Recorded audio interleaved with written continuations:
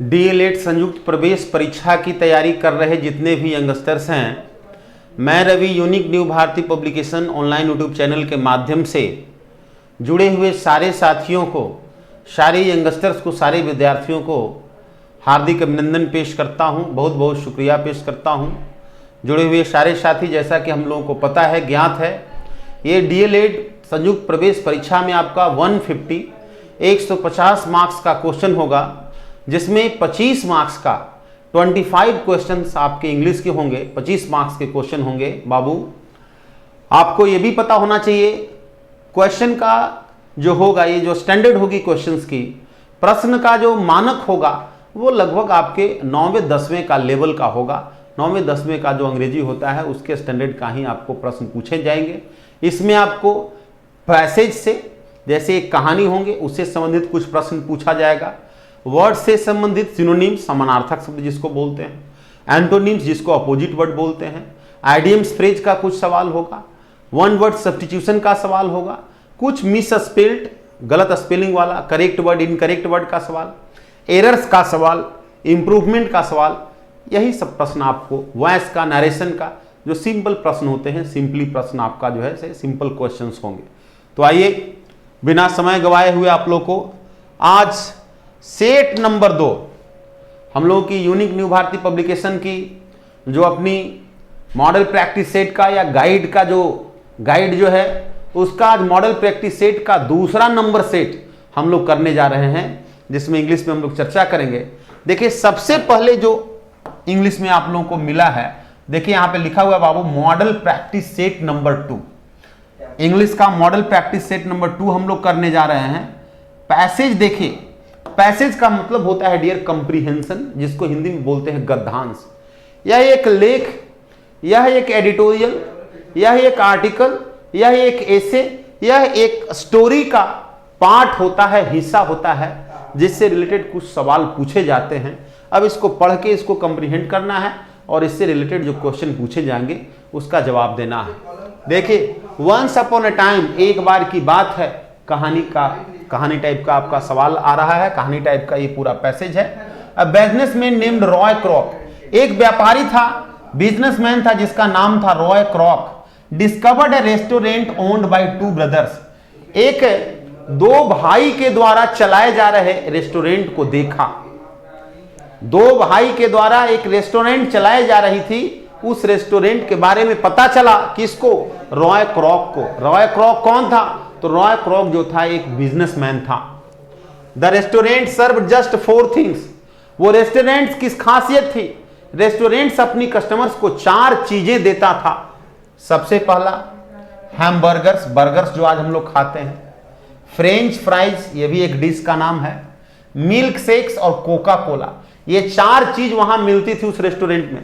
But it was clean and inexpensive, लेकिन इन 4 चीजों के सर्विंग्स में, सर्विसेज में रेस्टोरेंट की एक खासियत थी कि रेस्टोरेंट बिल्कुल साफ सुथरी रहती थी, यत्र तत्र नहीं रहता था, गंदा नहीं होता रहता था और इनएक्सपेंसिव था, बहुत ज्यादा खर्चीला नहीं था। वहां पे कस्टमर्स को बहुत ज्यादा पैसे खर्च नहीं होते थे। And the service was quick, service जो था, जो सेवा वहां लोगों को दिया जाता था, कस्टमर्स को, वो बहुत शीघ्र दिया जाता था। जैसे ही ऑर्डर दिए, अगले उसके 1-2 मिनट में आपके पास वो आप जो लेना चाहते हैं वो हाजिर होता था। Mister Kroc like did so much, mister Kroc जो है रेस्टोरेंट की इन चीजों को देख करके बहुत उस रेस्टोरेंट की व्यवस्थाओं को पसंद करता था, बहुत पसंद किया, इतना पसंद किया that he paid the brothers so that he could use their idea and their name McDonald's, कि वो जो दोनों भाई था उन दोनों को क्या किया? पेड किया, कुछ पैसा दिया, और इतना पेड किया, इतना ध्यान दिया ताकि he could use their idea, कि ताकि वह जो है से अपना आइडिया जो है, यूज their आइडिया, उन दोनों भाइयों की आइडियाज, उन दोनों भाइयों को बिजनेस चलाने की जो पॉलिसी था उसका इस्तेमाल कर सके। इसके लिए उनके आइडियाज को एक तरह से समझिए कि पैसा देकर वो हायर किया, एंड दियर नेम, और उनका नाम इस्तेमाल कर सके, और उसका नाम वो रखा मैकडोनल्ड्स। क्या नाम रखा बाबू? McDonald's. Beef, Big business and fast service were the ingredients when Mr. Kroc opened his first McDonald's in 1955. और अब जो वो दोनों भाई एक रेस्टोरेंट चला रहा था, उसी के पैटर्न पे, उसी आइडियोलॉजी पे, उसी पॉलिसी को अपनाते हुए रॉय क्रॉक जो है एक बहुत बड़ा ये भी रेस्टोरेंट खोला। बिग बिजनेसमैन जो था, फास्ट बिग बिजनेसेस, बहुत बड़ी फास्ट सर्विस उसमें रखा। जो रेस्टोरेंट वो खोला उसमें सर्विस बहुत फास्ट होते थे। वन द इंग्रेडिएंट्स, ये सब तमाम चीजें थी। जब मिस्टर क्रॉक रॉय क्रॉक जो था, जो उन दोनों भाइयों से आइडिया लिया, जब ये अपना रेस्टोरेंट खोला तो 1955 में, तो इसका मेन चीज था कि चीजों को साफ सुथरा रखना और बहुत बड़ा बड़ा वो होटल खोला। कोई भी व्यवस्था था जो काफी फास्ट था, फास्ट सर्विस देना शुरू किया। 1955 में ये सबसे पहला अपना रेस्टोरेंट खोल दिया। उन्हीं दोनों भाइयों के पॉलिसीज, नीतियों के आधार पे सबसे पहला, क्या नाम से? मैकडोनाल्ड्स के नाम से। चलिए 4 years later, 4 साल बाद, देयर वेयर 100 ऑफ देम। 4 साल बाद ही उसके मैकडोनाल्ड्स जो रेस्टोरेंट थे, मैकडोनाल्ड्स जो होटल था, उसका लगभग 100 ब्रांच जो है शहर में यत्र तत्र जगहों पे 100 ब्रांच हो गए। क्रॉक न्यू अमेरिकन लाइक्ड सक्सेस। जो क्रॉक जो था, रॉय क्रॉक, जो मिस्टर क्रॉक जो था, रॉय क्रॉक जो बहुत बड़ा बिजनेसमैन था, वो जानता था अमेरिकन लाइक्ड सक्सेस, कि जो अमेरिका के जो लोग हैं वो सक्सेस, सफलता को पसंद करने वाले लोग हैं, सफलता पसंद लोग हैं। So he put signs saying how many millions of McDonald's hamburgers people had bought. इसलिए वो क्या किया? पुट साइंस, सारे लोगों को फ्रेंचाइजी देना शुरू किया और मिलियन में वो जो है मैकडोनाल्ड्स नाम से होटल, रेस्टोरेंट पूरे अमेरिका में खुलवाया। हैमबर्गर्स पीपल हैड बाउड, क्योंकि बहुत सारे लोग हैमबर्गर्स खरीदते थे, किससे? मैकडोनाल्ड्स से। इन जस्ट 4 years, मात्र 4 साल में द नंबर वाज 100 मिलियन। कितना हो गया? 100 मिलियन हो गया। Now there are more than 13,000 McDonald's restaurants from Dallas to Paris and from Moscow to Beijing. Moscow से बीजिंग तक, डल्लास से पेरिस तक लगभग 13,000 से ज्यादा मैकडोनाल्ड्स रेस्टोरेंट्स खुल गए और इनके कस्टमर्स लगभग 100 मिलियन से भी ज्यादा कस्टमर्स हो गए। देखिए, एनीवन, कोई भी who wants to open a McDonald's must first work in 1 for a week। तो इसका एक रूल था। मिस्टर क्रॉक जो था वो किसी को भी फ्रेंचाइजी मैकडोनाल्ड्स का यूं ही नहीं दे देता था। सबसे पहले कोई भी व्यक्ति जो मैकडोनाल्ड्स रेस्टोरेंट खोलना चाहते थे, उन्हें कम से कम एक सप्ताह, 1 for a week, कम से कम एक सप्ताह किसी भी मैकडोनाल्ड रेस्टोरेंट्स में उन्हें ट्रेनिंग लेना पड़ता था, काम करना पड़ता था, ताकि वो वहां की व्यवस्थाओं को देख लें। मैकडोनाल्ड्स से यदि आप रेस्टोरेंट खोलने जा रहे हैं तो मैकडोनाल्ड्स में इस तरीके की व्यवस्था होनी चाहिए उसके कस्टमर्स के लिए, आप उन चीजों को समझ जाएं, वहां पर जाएं। Then they do a 9 month training program, उसके बाद 9 महीने का एक प्रशिक्षण देते थे इन द रेस्टोरेंट्स में and at McDonald's University in Chicago. और बाद में चल करके शिकागो में मैकडोनाल्ड्स यूनिवर्सिटी खोला। उस यूनिवर्सिटी में they learn the McDonald's philosophy. McDonald's की जो अपनी जो इसकी विचारधारा थी, पॉलिसीज था बिजनेस को चलाने का, उन तमाम चीजों के बारे में 9 महीने की प्रशिक्षण होता था कोई भी व्यक्ति जो मैकडोनाल्ड्स रेस्टोरेंट खोलना चाहते थे। क्वालिटी कंट्रोल, किस चीज के बारे में? कि हम क्वालिटी को कैसे मेंटेन करें, सर्विस किस तरीके का हमारा हो, क्लीनलीनेस हमारी कैसी, स्वच्छता कैसी होनी चाहिए होटल की, चीप प्राइसेस, हम किसी चीज का सारी व्यवस्था अच्छा देने के बाद भी हमारी रेट सारे रेस्टोरेंट की तुलना में सस्ता होगी, वो कैसे होगा, इन तमाम चीजों के बारे में सिखाया जाता था। McDonald's has strict rules. McDonald's की जो रूल्स थी, मैकडोनाल्ड्स रेस्टोरेंट्स का जो नियम कानून था वहां के कर्मचारियों के लिए, स्टाफ्स के लिए, वो काफी स्ट्रिक्ट था। Hamburgers must be serve before they are 10 minutes old. मतलब जैसे ही कोई कस्टमर ऑर्डर देता था, उसके अगले 10 मिनट के अंदर बर्गर्स उसे देना होता था। एंड फ्रेंच फ्राइज 7, और फ्रेंच फ्राइज मात्र 7 मिनट के अंदर ही सर्व करना होता था। यदि आप ऐसा नहीं करते हैं तो आपको रेस्टोरेंट्स की फ्रेंचाइजी नहीं मिलेगी। रेस्टोरेंट्स की फ्रेंचाइजी भी आपकी कैंसिल हो सकती है, रद्द हो सकती है। McDonald's has never stopped looking for new methods to attract customers. McDonald's को कभी भी कस्टमर्स को अपनी ओर खींचने के लिए, कस्टमर्स को अपनी ओर आकर्षित करने के लिए कोई नया मेथड्स अप्लाई करने की जरूरत नहीं होती थी, क्योंकि इसकी मेथड जो ये जो 4 चीजें थी अपने आप में बेमिसाल थी। अच्छी क्वालिटी होना, सर्विसिंग अच्छी होना, साफ सफाई होना और सस्ते दाम में मिलना, चारों का चारों जो क्वालिटी था इसके अंदर वो अपने आप में अद्वितीय था, मैचलेस था।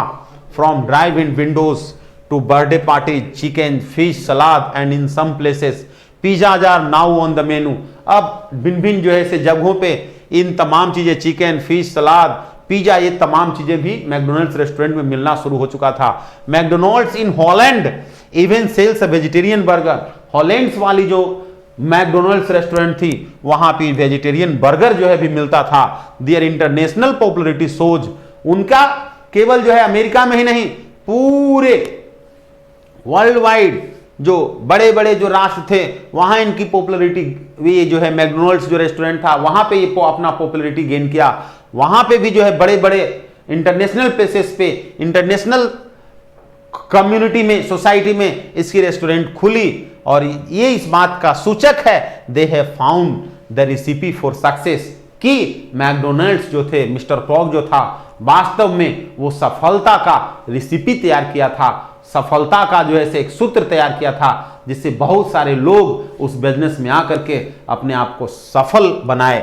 आइए अब ये जो हम लोग कहानी पढ़े, ये जो हम लोग बाबू ग्राफ पढ़े, पैराग्राफ जो हम लोग पढ़े, इस पैरा से रिलेटेड ही हम लोग को प्रश्न मिलेगा, उस प्रश्न का जवाब देना है। देखिए प्रथम नंबर का प्रश्न क्या है, how did putting up signs of his success in America help mister Kroc. Mister Kroc America में जो सक्सेस की बात करता था, सक्सेस के लिए जो फ्रेंचाइजी देता था मैकडोनल्ड्स के लिए, वो इस चीज को कैसे बढ़ाया, तो people could work in the outlets for a week, क्योंकि लोग जो है एक सप्ताह के लिए बाहर काम करते थे नहीं। People could apply for jobs, लोग इनके यहाँ जॉब के लिए अप्लाई करते थे नहीं। Children would visit the outlets more, बच्चे लोग चूंकि बाहर ज्यादा घूमते हैं इसलिए नहीं, इसलिए कि अमेरिकन्स वुड इनकरेज हिम, कि अमेरिका के लोग इनको क्या करेंगे, इनकरेज करेंगे एंड बाय मोर हैमबर्गर्स, और वो ज्यादा से ज्यादा क्या करेंगे, हैमबर्गर्स खरीदेंगे। इस बात को वो जानते थे। तो डी नंबर यहां पे आपको क्या होगा बाबू, ऑप्शन होगा, क्योंकि वो उन्हें पता था कि अमेरिका के लोग सक्सेस पसंद करने वाले लोग हैं। What made the restaurant popular, restaurant में कौन सी चीजें थी जो रेस्टोरेंट को पॉपुलर बना दिया। द सर्वर्स वर काइंड, जो क्वालिटी को सर्व करने वाले जो थे वो बहुत काइंड, दयालु होते थे नहीं। The ingredients used were genuine, जो भी इंग्रेडिएंट्स यूज किया जाता था वो जेन्युइन यूज किया जाता था, ऐसा कहीं चर्चा नहीं था। It was owned by 2 brothers, ये 2 भाई मिलकर चलाता था इसलिए पॉपुलरिटी हुआ नहीं। It was clean and inexpensive, वो साफ सुथरा होटल था और खर्चीला कम था, इसलिए लोगों में उसकी डिमांड बढ़ी, लोग उसको ज्यादा पसंद किया, पॉपुलरिटी मिला। डी नंबर ऑप्शन हो जाएगा माय डियर। नेक्स्ट प्रश्न को देखते हैं, what is McDonald's philosophy, McDonald's की फिलॉसफी क्या थी, मैकडोनल्ड्स की क्या विचारधारा थी, किस पॉलिसी पे वो काम करना चाहता था। क्वालिटी कंट्रोल, बिल्कुल। सर्विस भी वो चाहता था। क्लीननेस, सफाई। हाई प्राइसेस, ऊंची कीमत पे नहीं, हाई प्राइस वो नहीं चाहता था। Quality control, cleanness and cheap price, quality control, service and cheap price, quality control, service, cleanliness and cheap prices, ये 4 चीजें उसका मूल विशेषता था। यही आपका जवाब हो जाएगा बाबू, डी नंबर। ये चारों चीजों को वो चाहता था mister Kroc. Who is McDonald's named after, देखिए मैकडोनल्ड्स किसके नाम पे रखा गया था, तो मैकडोनल्ड्स जो है उन दोनों भाई के नाम पे ही रेस्टोरेंट्स का नाम रखा गया था। जो मिस्टर क्रॉक जो था वो उन लोगों को पे करके उन लोगों की आइडियाज को, उन लोगों की विचार को लिया था और ये नाम रखा था। 2 brothers unrelated to Mister Kroc's, वो 2 भाई का ये नाम था जिनके नाम पे मैकडोनल्ड्स जो है सो रेस्टोरेंट का नाम रखा गया था, जो मिस्टर क्रॉक से अनरिलेटेड थे। मिस्टर क्रॉक से उन लोगों का कोई संबंध नहीं था। जवाब आपका क्या हो जाएगा बाबू, 1 नंबर हो जाएगा। नेक्स्ट प्रश्न की ओर चलते हैं, विच स्टेटमेंट इज फॉल्स, कौन सी स्टेटमेंट जो है ये फॉल्स है, कौन सी स्टेटमेंट गलत है। McDonald's is not innovative in their methods, McDonald's जो था वो अपने मेथड्स में अपने आप में इनोवेटिव नहीं था। मैकडोनल्ड्स तो इनोवेटिव था ही, तब तो वो उतना सफल इंसान बना। तो ये जो है आपका फॉल्स है, यही आपका जवाब होगा। चूंकि ये गलत लिखा हुआ है, यही आपका फॉल्स स्टेटमेंट होगा, बाकी कोई आपका ऑप्शन नहीं बनेगा। जवाब आपका 1 नंबर होगा। अब देखिए एक और पैसेज दिए हुए हैं, दूसरा पैसेज आ गया। अब पुनः आपको इस पैसेज को पढ़ना होगा, छोटा सा पैसेज है, इसके आधार पर पुनः आपको सवाल दिया हुआ है। Peter pan is a character created by Scottish novelist. देखिए स्कॉटलैंड के एक नॉवलिस्ट हैं, स्कॉटलैंड के एक नॉवलिस्ट हैं, उनके द्वारा, स्कॉटलैंड के नॉवलिस्ट के द्वारा एक कैरेक्टर सेलेक्ट किया गया, स्कॉटिश नॉवलिस्ट के द्वारा एक कैरेक्टर सेलेक्ट किया गया, Peter Pan, and playwright J M Barrie. और वो क्या है? प्लेराइट है। प्लेराइट का मतलब आप लोग जानते होंगे क्या? तो नॉवलिस्ट का मतलब हो गया बाबू उपन्यासकार, उपन्यास लिखने वाले। प्लेराइट का मतलब होता है नाटककार, जो नाटक लिखते हैं, जिनका नाम है जेम बेरी। जेम बेरी कहां के हैं? तो स्कॉटलैंड का है। उन्होंने एक कैरेक्टर को चुना, पीटर पैन, अ मिस्चीवियस बॉय। वो पीटर पैन जो है वो कौन है? एक शरारती बच्चा है, एक शरारती लड़का है, हु कैन फ्लाई, जो फ्लाई कर सकता है, जो उड़ सकता है, एंड हु नेवर एजेज, और जो कभी भी बूढ़ा नहीं होता। Peter Pan spends his never ending childhood adventuring on the small island of Neverlands. Neverland की छोटी जो आइलैंड्स हैं, आइलैंड का मतलब क्या होता है बाबू? आइलैंड्स, समुद्र के बीच में एक छोटा सा जो जगह होता है उसको बोलते हैं आइलैंड्स, ठीक है। तो वो पीटर पैन जो था वो अपना पूरा समय व्यतीत करता था नेवर एंडिंग चाइल्डहुड एडवेंचरिंग, बचपन वाला जो है से आकर्षक, चिताकर्षक, एडवेंचरिंग काम करने में वो जो है अपना पूरा समय व्यतीत करता था। As the leaders of his gang, अपना गैंग का, अपने छोटे छोटे मिस्चीवियस जो बच्चे थे, शरारती जो बच्चे थे, उसका वो लीडर्स होता था, और वो अपना उसी एक्टिविटी में पूरा दिन जो है बिताता था।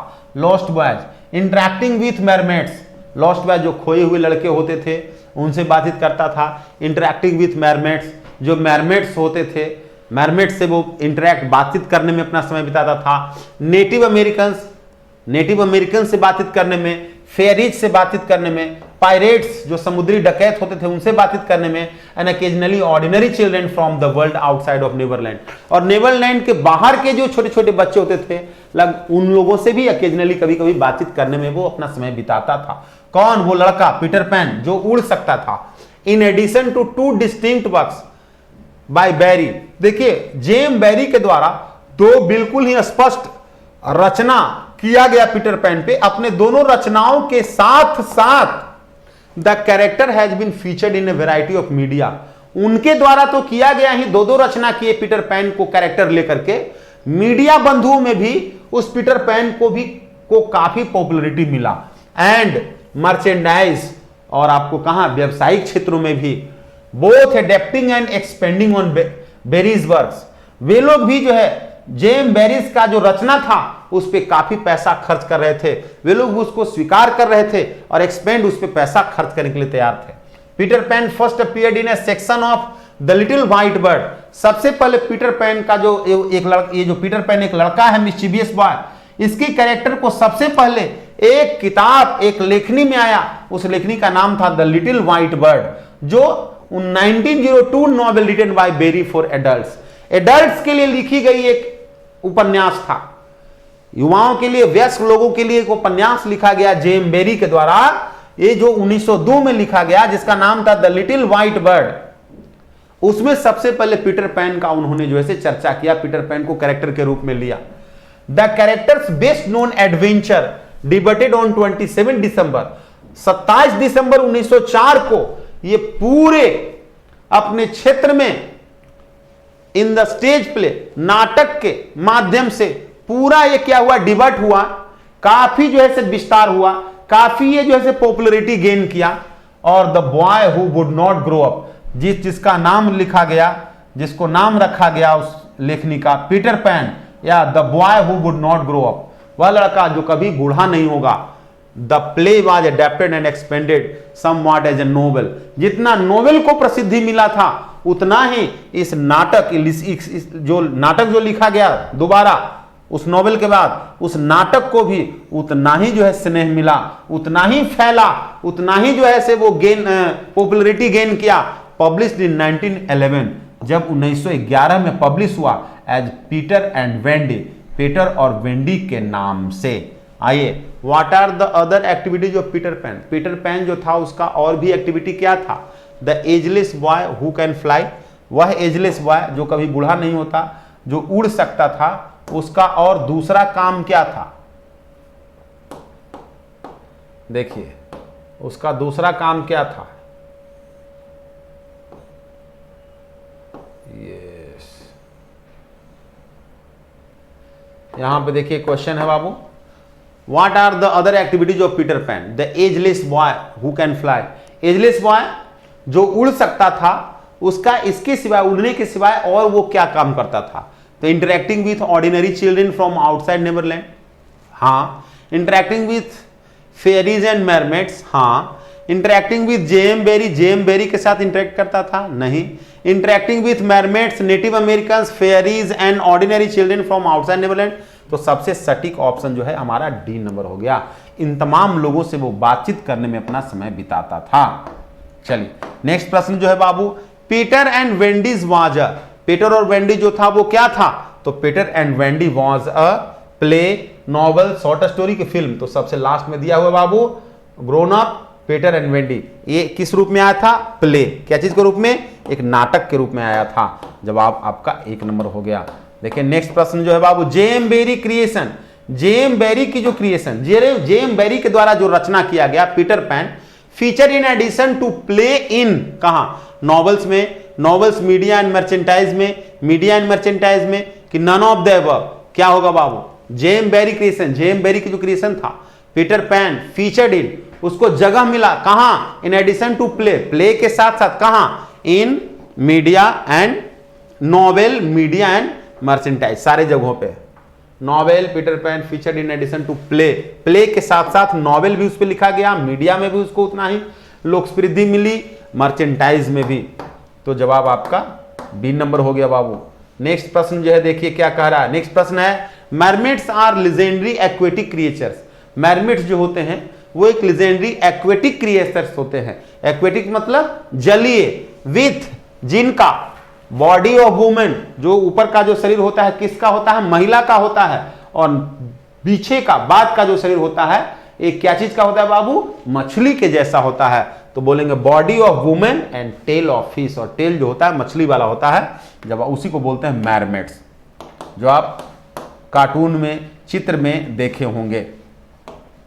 नेक्स्ट प्रश्न है बाबू, the stage play Peter Pan was performed in, stage play जो किया गया पीटर प्ले, वो कब परफॉर्म किया गया, तो परफॉर्म किया गया 27 दिसंबर 1904 को, जवाब आपका क्या हो गया, सी नंबर जवाब चला गया।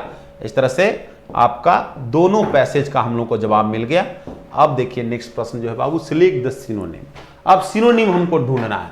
स्प्लिंटर, स्प्लिंटर का मतलब क्या होता है, स्प्लिंटर का मतलब होता है छोटा पतला टुकड़ा, पतली पतली छोटे छोटे टुकड़े, किसी भी पदार्थ का, किसी भी वस्तु का, लकड़ी का फटा चिटा हुआ जो पतले पतले जो टुकड़े होते हैं छोटे छोटे, जिसको हम लोग बोलते हैं शैली, क्या बोलते हैं, चैली, तो उसके लिए एक सिनोनिम चाहिए। तो स्टब, स्टब का मतलब होता है ठूठ किया हुआ, गोदा हुआ, काट करके हटाया हुआ, ये नहीं होगा। शेयर करना मतलब बढ़ाना, एक जगह से दूसरे जगह तक भेजना। फ्रिक्शन मतलब होता है बाबू घर्षण। तो चिप, चिप का मतलब भी होता है पतला पतला छोटा छोटा वस्तु, जैसे आप अपने मोबाइल में लगाते हैं चिप, तो क्या होता है, पतला पतला बिल्कुल लकड़ी के जैसा पतला छोटा वस्तु होता है, उसको बोलते हैं चिप। तो चिप और स्प्लिंटर दोनों समानार्थक वर्ड है। चिप और स्प्लिंटर का मतलब होता है क्या चीज, चैली। अब देखिए, rearrange the parts of the sentence in correct order. अब इसको सेंटेंस को सही ऑर्डर में रीअरेंज करना है ताकि सही मीनिंग प्रदान कर दे। इन दैट केस, उस मामले में a uniform civil code would simply put together, एक समान नागरिक संहिता सामान्य तौर पे पुट टुगेदर लागू करना चाहिए the best gender just practices from all personal laws, जितने भी पर्सनल लॉज हैं जो उसको सही तरीके से प्रैक्टिस करेंगे। तो आरपीक्यू, आरपीक्यू कहां है बाबू, आरपीक्यू आपका एक नंबर में है, यही आपका जवाब चल जाएगा। सबसे पहले आर, उसके बाद पी, लास्ट में क्यू हो जाएगा, जवाब आपका एक नंबर हो जाएगा। नेक्स्ट प्रश्न है, wear your heart on your sleeve. देखिए ये आइडियम्स है, बताया हुआ है which best expresses the meaning of the idioms and phrase. ये जो आइडियम्स है wear your heart on your sleeve, इसका क्या मतलब है आपको ऑप्शन में बताना है। तो wear your heart on your sleeve का मतलब होता है बाबू अपनी बात को, अपनी भावनाओं को, अपनी अभिव्यक्ति को स्पष्टतया बोलना, किसी के सामने स्पष्ट कर देना। तो वेरी बोल्ड पर्सन नहीं, ए नोबल प्योर पर्सन नहीं, make one's feeling apparent, apparent का मतलब भी होता है बाबू स्पष्ट, मतलब अपनी फीलिंग्स को, अपनी भावनाओं को अपेरेंट कर देना, स्पष्ट कर देना, साफ सुथरा बोलना, सामने बोलना, प्रत्यक्ष तौर पे बोलना, उसी को बोलते हैं wear your heart on your sleeve. मतलब किसी के सामने स्पष्ट कर देना, मुंह पे बोल देना। नेक्स्ट प्रश्न को देखते हैं डियर। नेक्स्ट प्रश्न क्या है, select the word with the correct spelling, सही स्पेलिंग वाले वर्ड को देखना है। देखिए परमुटेड में डबल टी जो लिखा हुआ है गलत है, सिंगल टी होगा, डबल टी नहीं होगा बाबू। LIMP नहीं होता है, LYMPHOID होगा, लिम्फॉइड।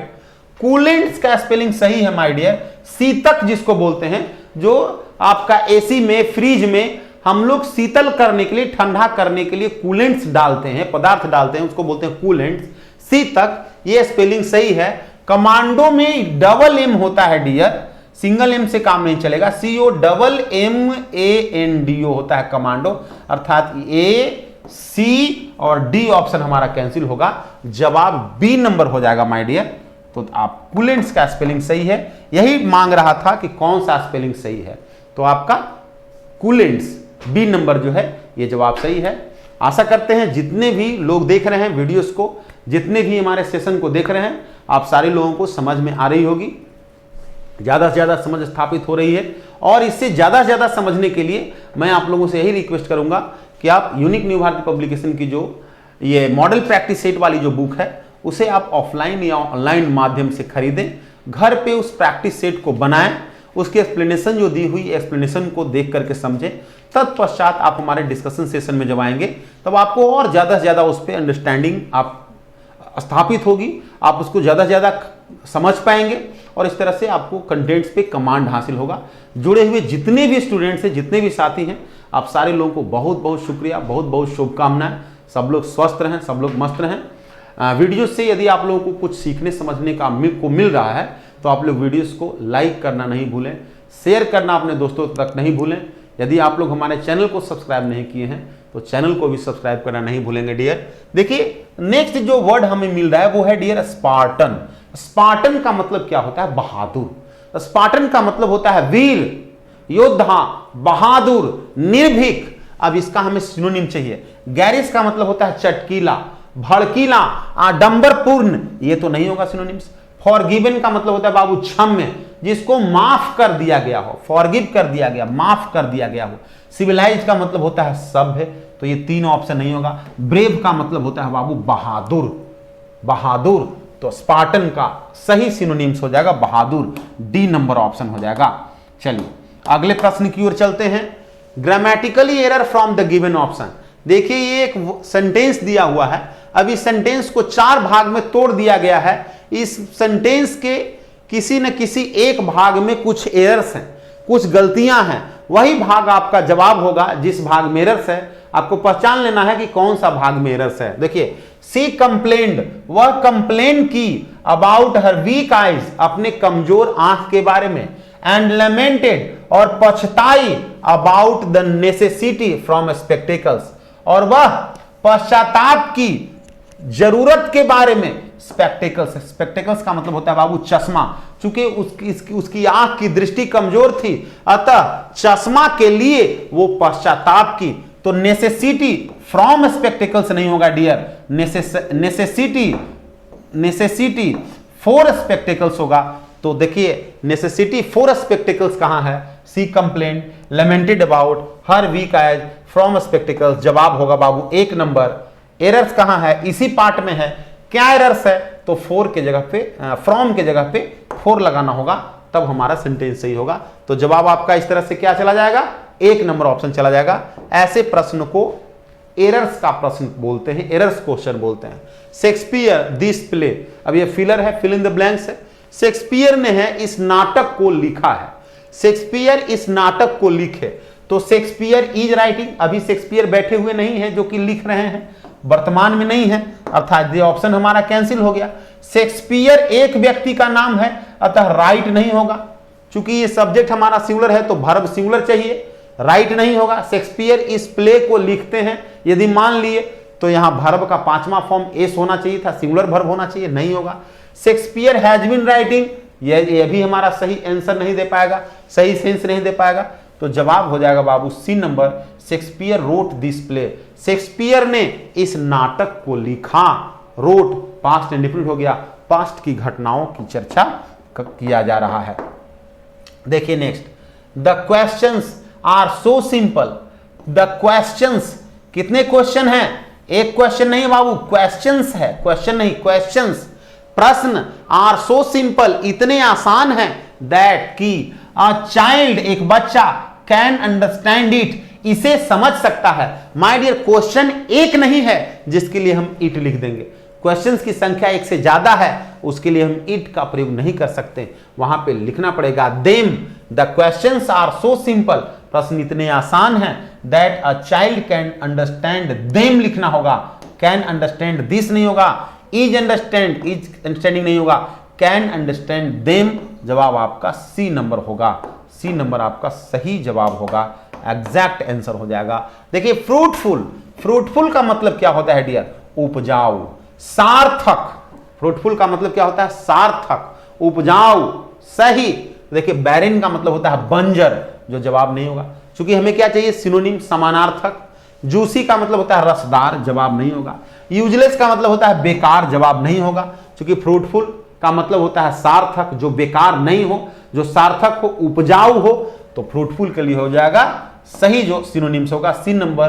प्रोडक्टिव, प्रोडक्टिव का मतलब भी होता है उर्वर, उपजाऊ, सार्थक, जवाब आपका सी नंबर हो जाएगा। नेक्स्ट प्रश्न को देखते हैं dear.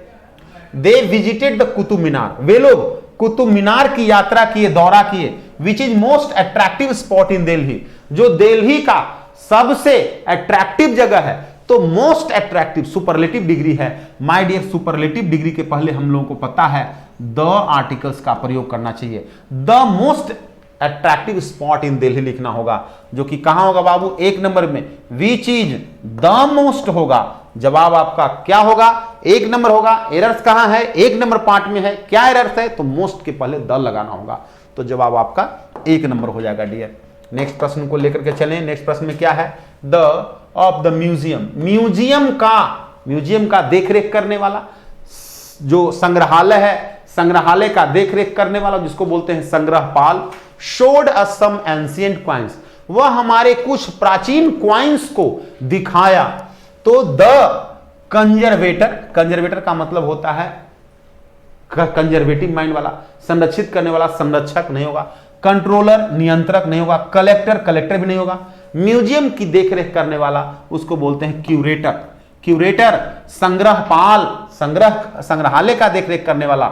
The curator of the museum showed us some ancient coins, संग्रहालय का जो क्यूरेटर था, जो संग्रहपाल था, वह हम लोग को कुछ प्राचीन सिक्कों को दिखाया। ये जवाब आपका चला जाएगा। सही वर्ड जो है आपका एक नंबर का वर्ड है, जो वाक्य के मीनिंग को स्पष्ट कर पाएगा। ए short speech at the end of a play, किसी भी नाटक के अंत में दिया जाने वाला जो भाषण होता है उसको बोलते हैं बाबू उपसंहार।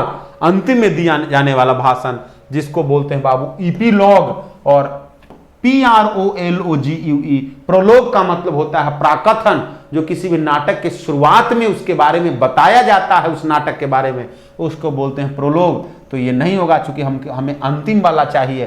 कोरस का मतलब होता है सहगान, किसी भी गायक के साथ जो पीछे से 2-3-4 लोग बोलते हैं, उनकी आवाज को, उनकी गीत को, उसको बोलते हैं कोरस। यूलोजी का मतलब होता है स्तुति, अतः यह भी नहीं होगा। जवाब सी नंबर हो जाएगा। अगले प्रश्न, नेक्स्ट प्रश्न है dear. The road was blocked, road जो था ब्लॉक्ड था। सिंस, चूंकि इट वाज इन रिपेयर नहीं होगा, इट वाज अंडर रिपेयर। जवाब आपका बी नंबर होगा। इन के जगह पे लिखना होगा बाबू under repair. Under repair, repairing का काम जारी था, रिपेयरिंग हो रही थी। रिपेयरिंग होने के कारण, अंडर रिपेयर होने के कारण रोड ब्लॉक थी। रोड, सड़क जो है ब्लॉक हो गई थी, रोक दी गई थी, आना जाना रुका हुआ था। दे शोड हर, वे लोग उसे दिखाए the greatest respect, they showed her the greatest respect, वे लोग उसे अपना अच्छा से अच्छा सम्मान प्रस्तुत किए, सम्मान दिए, respect, tribute, praise, honour word यहाँ पे फिट नहीं करेगा। सबसे सुटेबल जो वर्ड है आपका 1 नंबर वर्ड है। और आज का जो सबसे अंतिम प्रश्न है माय डियर इस सेशन का, वो है लेनिएंट। लेनिएंट का मतलब होता है सौम्य, नरम, लचीला, फ्लेक्सिबल, उसको बोलते हैं लेनिएंट। लेनिएंट का मतलब होता है कॉर्डियल, लचीला, नरम, मुलायम। तो हेल्पफुल का मतलब होता है सहायक, स्ट्रिक्ट का मतलब होता है कठोर, डिफेंसिव का मतलब होता है डिफेंस करना, रोक कर खेलना, रोक कर करना, अपने आप आपको बचाना। जेनेरियस का मतलब होता है बाबू उदार, उदार नहीं होगा, वर्ड यहां क्या चाहिए, एंटोनिम्स, उल्टा वर्ड चाहिए। तो लेनिएंट का मतलब होता है बाबू मुलायम, लचीला, इसका उल्टा हो जाएगा स्ट्रिक्ट, सख्त, कठोर। तो इस तरह से जवाब हम लोग का चल जाएगा बी नंबर। इस तरह से आशा करते हैं आज जुड़े हुए जितने भी हमारे यंगस्टर्स हैं सारे लोगों को सेशन अच्छा समझ में आई होगी। यदि सेशन आप लोगों को बहुत अच्छा समझ में आया तो वीडियोस को लाइक करना नहीं भूलें। चैनल को यदि सब्सक्राइब नहीं किए होंगे तो चैनल को सब्सक्राइब करेंगे। मिलेंगे हम लोग अगले सेशन में।